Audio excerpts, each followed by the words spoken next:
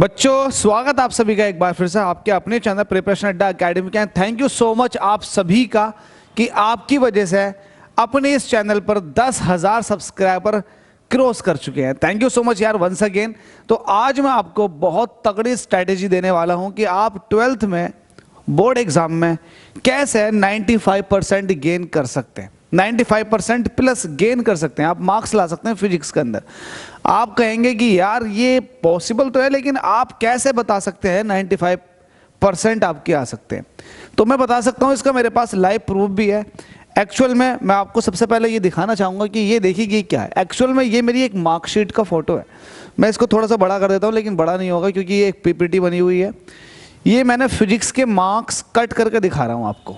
मेरी पूरी मार्कशीट थी, मैंने मार्कशीट को हटा दिया पूरी को, मैंने सिर्फ फिजिक्स का पोर्शन कट कर लिया। ये मेरे फिजिक्स में मार्क्स थे बोर्ड एग्जाम में। कितने हैं? 92 मार्क्स मेरे खुद के हैं फिजिक्स में। ये 100 मार्क्स का पेपर होता है। फर्स्ट पेपर में मेरे 29 आए थे, सेकंड पेपर में 35 में से 34 आए थे, और ये मेरे 35 में से 29, और ये प्रैक्टिकल में 30 में से 29 आए थे। तो इस तरह से मेरे मार्क्स बने थे 92। तो जब मेरे मार्क्स 92 आ सकते हैं, और ये तब आ सकते हैं जब यूपी बोर्ड के अंदर 11th 12th एक साथ पूछा जाता था, एक साथ लिटरली। जो फर्स्ट पेपर होता था ये 11th का, और सेकंड पेपर ये 12th का होता था। हालांकि सबको हम 12th ही बोलते थे, लेकिन इसमें 11th का अलग और 12th का अलग, मतलब पेपर 1 पेपर 2 के नाम से आता था फिजिक्स का। तो यार जब हम 92 मार्क्स ला सकते हैं और इतनी क्रूशियल कंडीशन में जिसमें 11th 12th सब पूछा जाए, तो यार अब तो आपके लिए कुछ बचा ही नहीं है। आप 12th में हो तो सिर्फ 12th का ही पूछा जाएगा। तो आप 95% ला सकते हैं, 95 प्लस भी ला सकते हैं। इसकी एक स्ट्रैटेजी होती है। आपको क्या करना है, टाइम बहुत कम है, मुश्किल से आपके पास अब 2 महीने बचे हुए हैं, तो 2 महीने में कैसे आप 95% ला सकते हैं, वो भी फिजिक्स के अंदर। तो मेरे पास कुछ तरीके हैं, और उन तरीकों को आपको बताना चाहूंगा, आपके साथ शेयर करूंगा, ताकि आपकी कहीं ना कहीं परसेंटेज इंप्रूव हो सके। और जो बच्चे बिल्कुल बेकार हैं, जिन्होंने अभी तक कुछ पढ़ नहीं रखा और वो ये चाह रहे हैं कि यार हम पास हो जाएं, तो वो भी पास हो जाएंगे। करना क्या है आपको, ये मैं आपको बताऊंगा।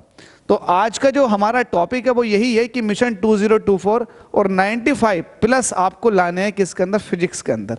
तो चलो मैं आपको बताता हूं। सबसे पहले आप ये देखिएगा, देखो आपने, मुझे नहीं पता कि आपने तैयारी अपनी किस तरह से कर रखी है, मुझे नहीं पता कि आपने कितने घंटे पढ़ाई कर रहे हो, लेकिन जो भी आपका पास्ट में हुआ उसको भूल जाओ। अभी आप प्रेजेंट में रहो, और आज से ही आप अपना एक गोल डिसाइड कर लो कि हमें फिजिक्स में 95% लाने हैं। तो कैसे लेकर आओगे? देखो सिंपल सा फंडा है। अब आपके पास 100 में से 30 नंबर आपको प्रैक्टिकल में लेकर आने हैं, बाकी 70 नंबर जो है इसमें थ्योरी प्लस न्यूमेरिकल है।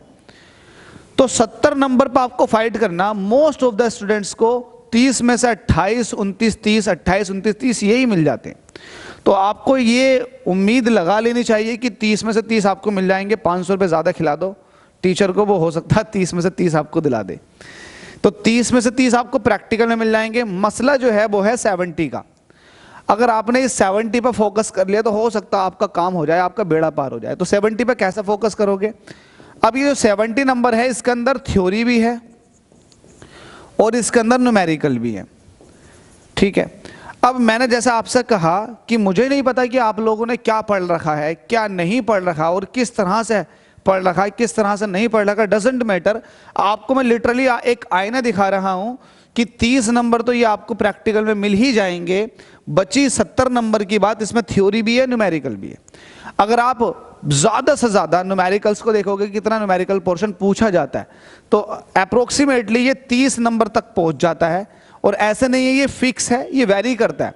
कभी कभी तो ज़्यादा न्यूमेरिकल पूछ लेता है एग्जामिनर, कभी कभी कम न्यूमेरिकल पूछता है। लेकिन आप ऐसा मान के चलें कि यार 25 से, या फिर आप ये कहें कि हाँ ठीक है 25 से 30 नंबर के न्यूमेरिकल या फिर न्यूमेरिकल सेक्शन पूछा जाएगा। अगर 30 नंबर का पूछ लेता है और ये है 70 नंबर, तो 40 नंबर की थ्योरी बच रही है। तो आप ये भी कह सकते हैं कि 40 से 45 नंबर की थ्योरी है। तो इसका मतलब कहीं ना कहीं अगर आपने 40 से 45 नंबर थ्योरी पे लगा दिए तो कहीं ना कहीं आपकी परसेंटेज बूस्ट मारेगी, क्योंकि अगर आपने 45 नंबर यहां से और 30 नंबर यहां से खींच लिए तो 75 तो ये हो गए। अब बाकी बची 25 की कहानी। 25 अगर आपसे न्यूमेरिकल आते हैं तो आप 25 नंबर भी गेन कर सकते हैं। तो मैं आपको बताऊंगा, देखो आपको कहां से थ्योरेटिकल पार्ट कंप्लीट करना, कहां से न्यूमेरिकल पार्ट कंप्लीट करना। तो ये आपके ऊपर मैंने बता दिया कि किस तरह से। अब देखो जो बच्चे पास होने वाले हैं बेचारे, तो वो पास बड़ी आसानी से हो जाएंगे। प्रैक्टिकल को तो छोड़ो, उनको तो अच्छे नंबर मिल जाएंगे। बची थ्योरी की बात। थ्योरी 70 नंबर की यार, 70 नंबर में से मर मर के 24 नंबर तो आप लेके ही आ जाओगे, तो पास तो हो जाओगे। पासिंग का तो कोई इतना बड़ा इशू नहीं है, लेकिन इशू जो है वो रहता है बच्चों को परसेंटेज का।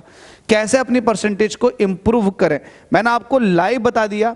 ये मेरी खुद की मार्कशीट का फोटो कटा हुआ है, मैंने दिखा दिया कि मेरे खुद के 92 मार्क्स आए थे भाई फिजिक्स के अंदर। पेपर 1 के अंदर ये थे, पेपर 2 के अंदर ये थे, और ये प्रैक्टिकल के अंदर 2012 में मैंने अपना बोर्ड एग्जाम लिखा था।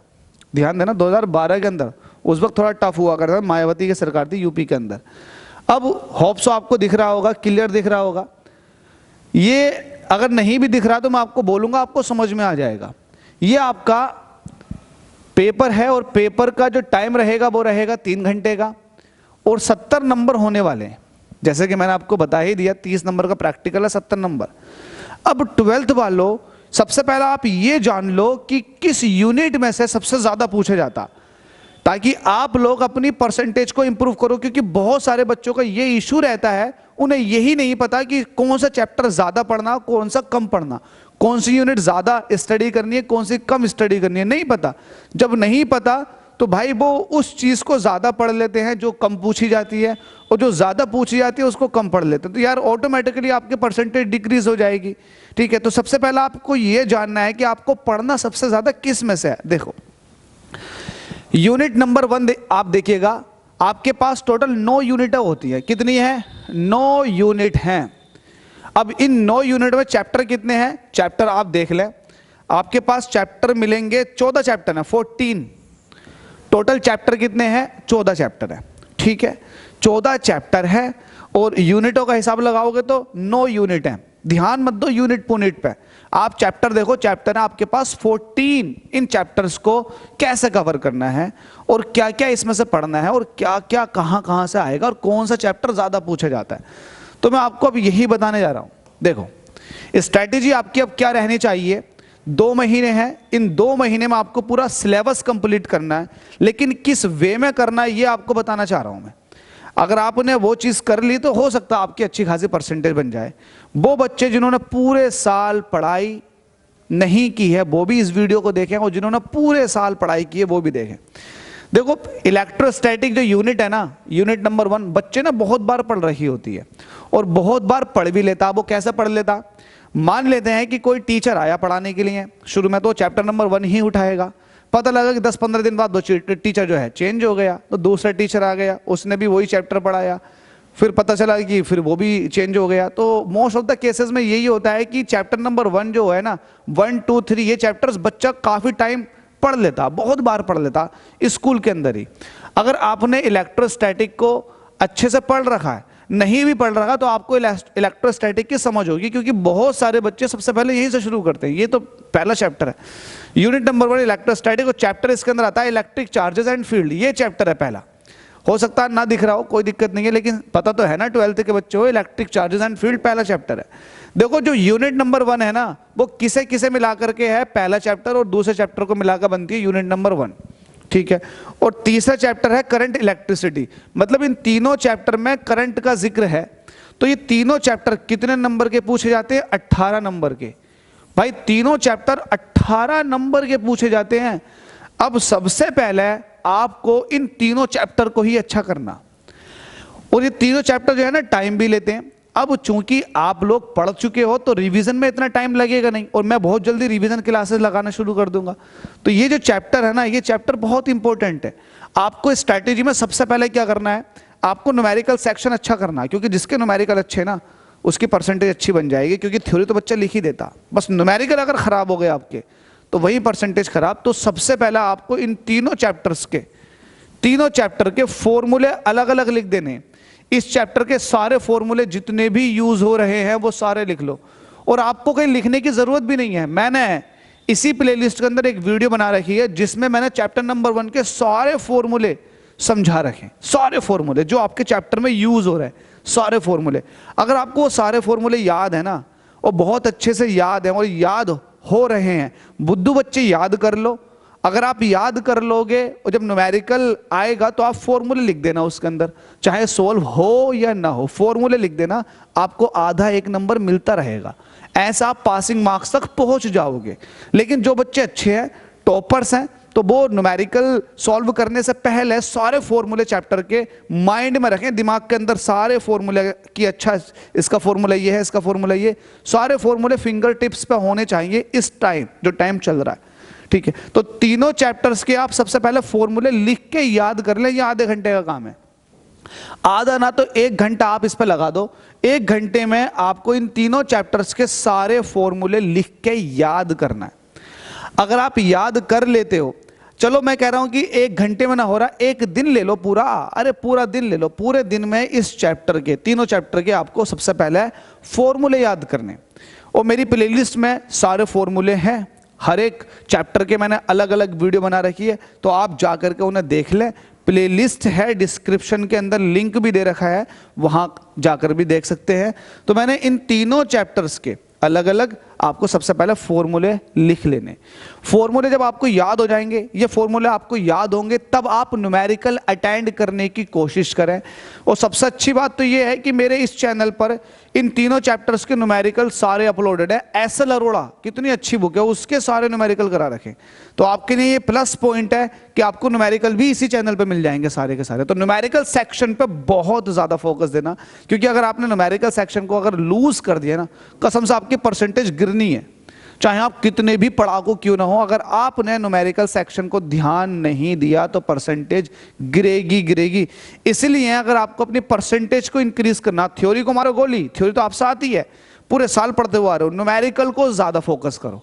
ठीक है, न्यूमेरिकल को ज्यादा फोकस करो। तो सबसे पहले आपको इन तीनों चैप्टर्स के, क्योंकि 18 नंबर की यूनिट आ रही है, अकेली 18 नंबर की यूनिट है, तो 18 नंबर की यूनिट में फॉर्मूले लिखो, फॉर्मूले याद करो। याद करने के बाद आप उस पर न्यूमेरिकल लगाओ। न्यूमेरिकल में दिक्कत आए तो कमेंट करो, ताकि मैं न्यूमेरिकल जल्दी से अपलोड कर दूं। ये यूनिट करने के बाद अब आप देखोगे सबसे इजी यूनिट कौन सी है, सबसे इजी यूनिट, क्योंकि आपने सबसे हार्ड यूनिट कवर कर ली। अगर आपने हार्ड यूनिट कवर कर ली ना, तो आपके 18 नंबर पूरे। आप निश्चिंत रहें, आप से थ्योरी भी आ गई, सारे डेरिवेशन भी आ गए, न्यूमेरिकल भी आ गए, तो अब आप निश्चिंत हो जाएं कि आपके मार्क्स पूरे आने वाले। मतलब 18 तो ये जाने वाले हैं नहीं, कहीं से कहीं तक आप गेन कर लोगे। अब आप तलाश करेंगे कि यार दूसरी यूनिट कौन सी पढ़ूं जो इजी हो। सबसे इजी यूनिट को पकड़ने की कोशिश करना, क्योंकि सबसे इजी यूनिट जो होती है ना, वो टाइम कम लेती है और मार्क्स बढ़ा देती है। तो टाइम कम लेगी और मार्क्स बढ़ा देगी, तो उस यूनिट को पकड़ो। अब देखो, जो यहां पर ये मेरे पास 2 यूनिट है, इसमें कवर हो गई।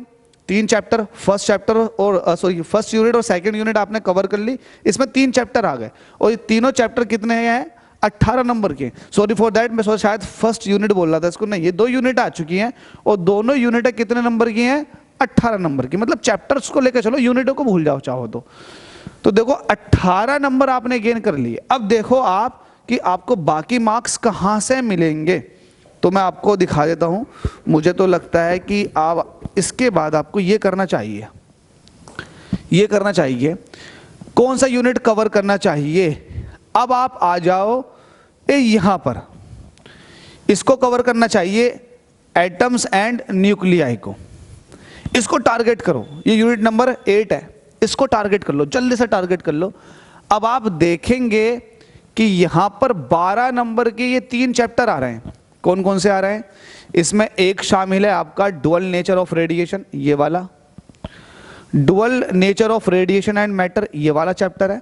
और इसके साथ साथ इसके अंदर आ रहा है एटम एंड न्यूक्लियाई।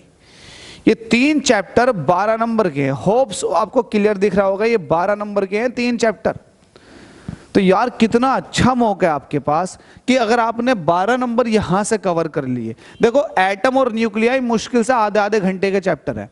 एटम को भी आप रट दोगे आधे घंटे के अंदर, और आधे घंटे के अंदर न्यूक्लियाई को भी कवर कर दोगे, फिर डुअल नेचर ऑफ रेडिएशन को भी कर दोगे।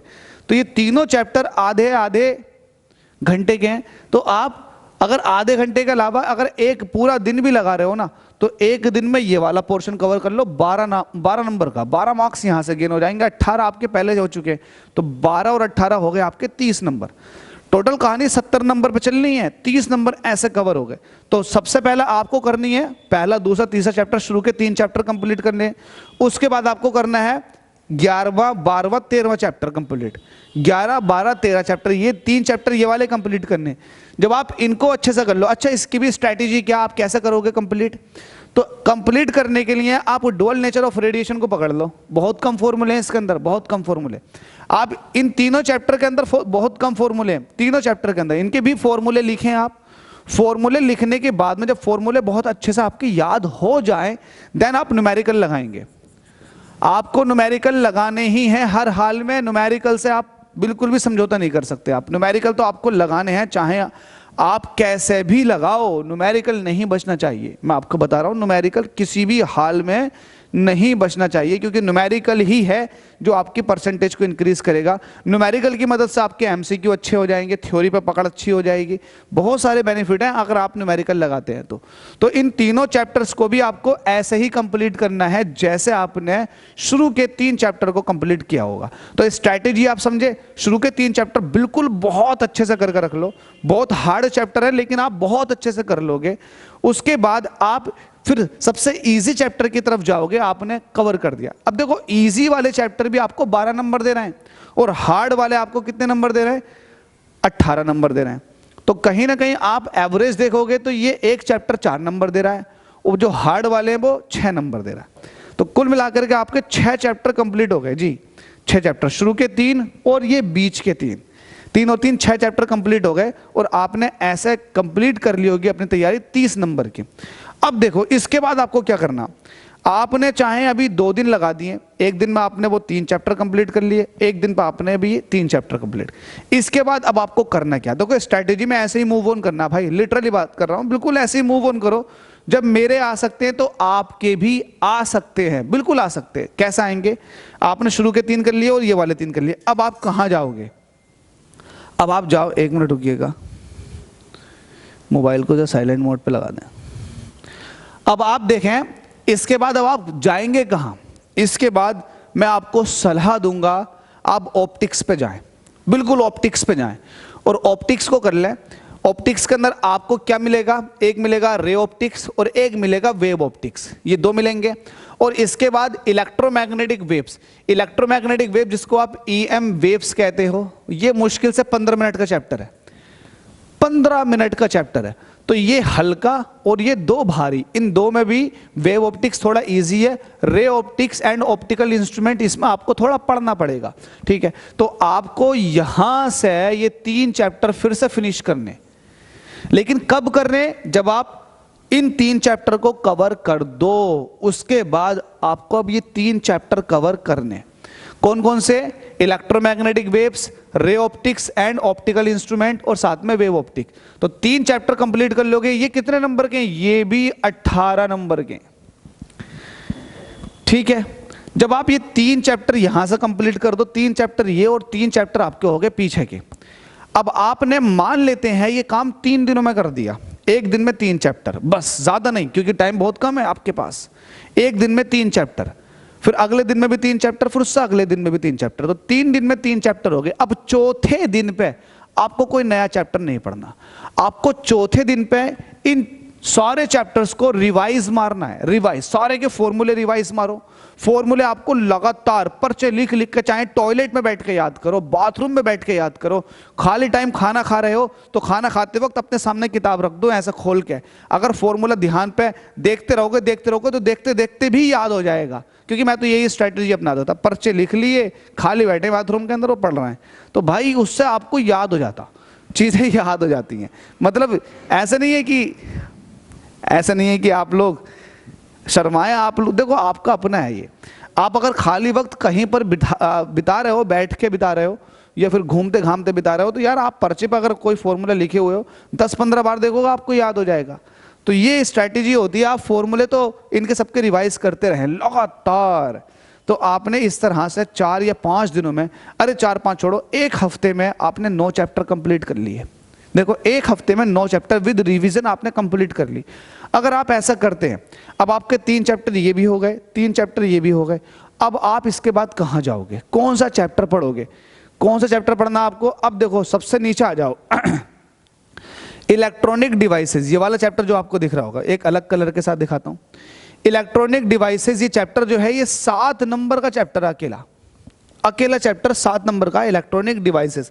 इसमें आता है सेमीकंडक्टर, इलेक्ट्रॉनिक्स, ठीक है। तो आपको ये करना मटेरियल डिवाइसेस वगैरह, तो आपको अब ये चैप्टर कवर करना है। ये चैप्टर अपने आप में 7 नंबर का, तो ये बहुत ज्यादा मार्क्स दे रहा है 7 number.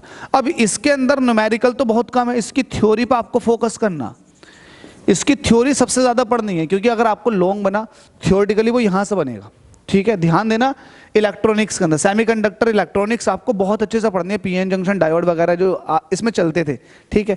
P type semiconductor, N type semiconductor, depletion layer का फॉर्मेशन, तो आपको इसको बहुत अच्छे से रिवाइज मारना। 7 नंबर का चैप्टर है, अगर आप ये भी कंप्लीट कर लेते हैं तो आपकी तैयारी में 4 चांद लग जाएंगे। तो अब आपने देखो ये सब कंप्लीट कर लिया, सब कंप्लीट कर लिया। आप ऐसा माने कि आपने सेकंड बुक पूरी कंप्लीट कर ली।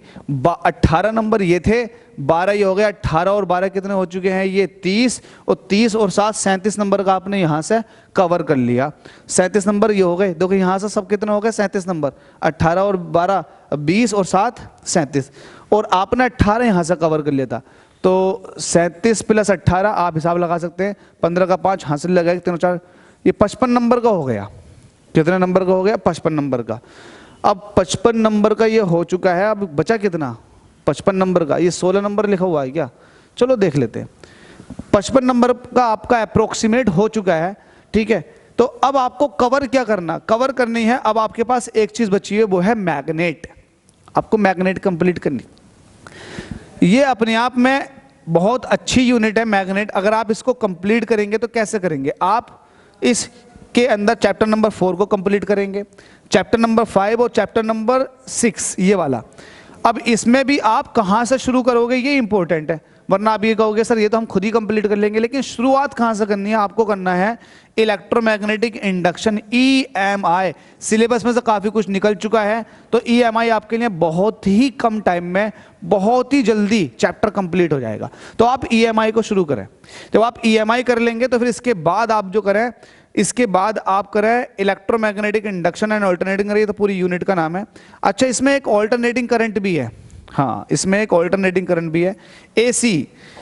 EMI के बाद आप AC को कंप्लीट करें, 7वां चैप्टर है ना AC, तो EMI के बाद आपको AC को कंप्लीट करना। अगर आप EMI और AC कंप्लीट कर लेते हैं, फिर आपके पास मूविंग चार्जेस एंड मैग्नेटिज्म ये बचेगा, और मैग्नेटिज्म एंड मैटर ये बचेगा।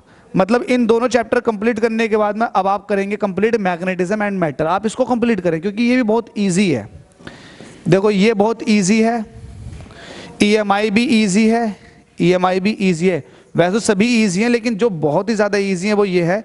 इजी क्या क्या है आपके पास, मैग्नेटिज्म एंड मैटर, ये बहुत छोटा चैप्टर है, बहुत जल्दी आप इसको कंप्लीट कर लोगे तो ये भी कंप्लीट हो जाएगा और ये भी। और सबकी स्ट्रैटेजी यही है, आपको थ्योरेटिकल तो बहुत अच्छा करना ही है, लेकिन आपको न्यूमेरिकल सेक्शन पे भी बहुत ही मजबूत पकड़ बनानी है, बहुत ही ज़्यादा मजबूत। क्योंकि मैंने आपको शुरुआत में समझा दिया, जिसके न्यूमेरिकल अच्छे हैं वो थ्योरेटिकल पार्ट तो बहुत अच्छे से लिख ही देगा, साथ में MCQ जो बनने वाले हैं उनको भी कंप्लीट कर देगा, वेरी शॉर्ट ये सब कंप्लीट कर देगा। तो आपको इस तरह से पकड़ बनानी है। अब देखो जो बच्चे कमज़ोर हैं वो क्या करें बेचारा, उनका क्या हो, तो मैंने सबसे पहले बताया कि जो कमज़ोर बच्चे हैं वो सारे फॉर्मूले याद करें। मैं हर एक चैप्टर की एक अलग प्लेलिस्ट बना दूंगा, वो बनी हुई भी है, या फिर आप ये कहें कि एक ही प्लेलिस्ट के अंदर हर एक चैप्टर के फॉर्मूले बताता चलूंगा। आप वो इंपॉर्टेंट फॉर्मूले भी देखते चले जाएं और सारे फॉर्मूले भी उसमें याद कर लें, ठीक है। यूनिट याद करना शुरू कर दो जो कमज़ोर बच्चे हैं, क्योंकि एक यूनिट तो हर साल पूछी जाती है, एक यूनिट आपकी वहाँ से कंप्लीट हो जाएगी। और आप यूनिट याद करो, फॉर्मूले याद करो। अगर आप फॉर्मूले याद करते हैं तो कहीं ना कहीं आप डेरिवेशन में 2-4 लाइन लिखने की कोशिश कर सकते हैं, अगर आपको फॉर्मूला याद है तो, ठीक है। और आप फॉर्मूला याद होगा तो कहीं ना कहीं न्यूमेरिकल भी अटेंड करने की कोशिश करोगे। अगर आप थोड़ा थोड़ा कहीं ना कहीं से लिखते रहते हैं तो आपका पूरा काम हो जाएगा, आपके 24 नंबर आ जाएंगे किसी तरीके से, ठीक है। तो आप तो पास हो जाओगे। लेकिन टॉपर बच्चों के लिए मैंने जो स्ट्रैटेजी बताई है ना, आपको ऐसे ही करना है। आप कोशिश ये करो कि एक दिन में 3 चैप्टर कंप्लीट कर लो। अगर आप ऐसा करने में सक्षम हो जाते हैं, देखो 3 चैप्टर आपने एक दिन पकड़े, फिर उससे अगले दिन पे 3 चैप्टर करे। अगर आप 2 दिन में 3 चैप्टर कर लेते हो तो 3 चैप्टर 3 और 3 6 चैप्टर करने के बाद में अब आपको चैप्टर नहीं करने, अब आपको इनका रिवीजन लगाना। इनका रिवीजन अच्छे से लगाओ, ठीक है। फिर जब रिवीजन लग जाए तो आप अपने आप को संतुष्टि दे दो, या फिर आपका कॉन्फिडेंस आपको बता देगा, जैसे आपने पढ़ाई कर रखी होगी कि हाँ भाई अब आपसे ही चैप्टर आ गए। जब आपके 6 चैप्टर हो जाएंगे देन आप नए 3 चैप्टर कंप्लीट करो एक दिन में, फिर उससे अगले दिन में 3 चैप्टर कंप्लीट करो, तो 6 और 6 12 चैप्टर इस तरह से कंप्लीट हो जाएंगे। फिर से रिवीजन लगाओ। तो यही करना आपको, चैप्टर्स कंप्लीट करने के बाद में रिवीजन जरूर लगाना, और एंड टाइम तक आपको रिवीजन लगाना ही है, थियोरेटिकल पार्ट का भी और न्यूमेरिकल पार्ट का भी। न्यूमेरिकल पार्ट, न्यूमेरिकल्स आप एक चैप्टर में अगर 500 न्यूमेरिकल है, 300 न्यूमेरिकल है, 150 न्यूमेरिकल है, 200 न्यूमेरिकल है, आपके जहन में ये होगी कि यार मैं कैसे करूंगा, इंपॉर्टेंट न्यूमेरिकल्स मिल जाएं। तो भाई इंपॉर्टेंट न्यूमेरिकल्स की सीरीज भी अपनी चलने वाली है बहुत जल्दी, आप इंपॉर्टेंट न्यूमेरिकल्स को अटेंड कर लें, ठीक है। तो ध्यान से आपको सब कुछ करना है। आपके पास जो है, देखो आपको इसका टारगेट इससे ऊपर लेके जाना। मेरे 92 मार्क्स आए थे, लेकिन आप 95 प्लस लेकर आएंगे, और ये आप कर सकते हैं। अगर मैं आपको बताऊं कि मेरे 92 मार्क्स कैसे आए थे, तो मेरा तो भाई शुरुआत से, आज जब 10th खत्म ही हुआ था, 10th का रिजल्ट ही आया था, मैंने 12th की बुक उठा ली थी और ट्यूशन पढ़नी शुरू कर दी थी, और मैंने शुरुआत से हर चीज़ कंप्लीट करता चला गया था। जब मैं फाइनल तक पहुंच गया था ना, मेरा 1-2 महीना बचा हुआ था, तो मेरे चीज़ें सारी ऐसा रटी हुई थी, जहां से भी जो भी पूछोगे मुझसे सब बता दूंगा। लेकिन फिर भी ये मार्क्स कट गए, 92 आए, 8 नंबर कटे, पता नहीं कहाँ काट दिया एग्जामिनर ने, लेकिन मज़ा बहुत आया था। तैयारी करो आप ऐसी तैयारी करो। देखो आपको फिर से कह रहा हूं कि 100 में से 30 तो आपके प्रैक्टिकल में मिल जाएंगे, 30 ना मिले 29 मिल गए, 28 मिल गए, चलो कोई बात नहीं। लेकिन जो 70 नंबर है ना, 70 नंबर में जो न्यूमेरिकल और थियोरेटिकल पार्ट है, तो न्यूमेरिकल पार्ट को बहुत स्ट्रॉन्ग करके रखो, बहुत ही ज़्यादा स्ट्रॉन्ग, और जो थियोरेटिकल पार्ट है उसको भी बार बार रिवाइज करो। डेरिवेशन लिख लिख के याद करो, लिख लिख के। डेरिवेशन अगर आपको याद हो गए तो फॉर्मूला याद हो जाएगा, यूनिटें याद हो जाएंगी, और फिर आप अच्छे मार्क्स ला सकते हैं। तो आप इसी तरीके से करें जैसे मैंने आपको बताया, इंशाल्लाह आपके बहुत अच्छे मार्क्स आ जाएंगे। Thank you so much. Video अच्छी लगे तो शेयर जरूर करना।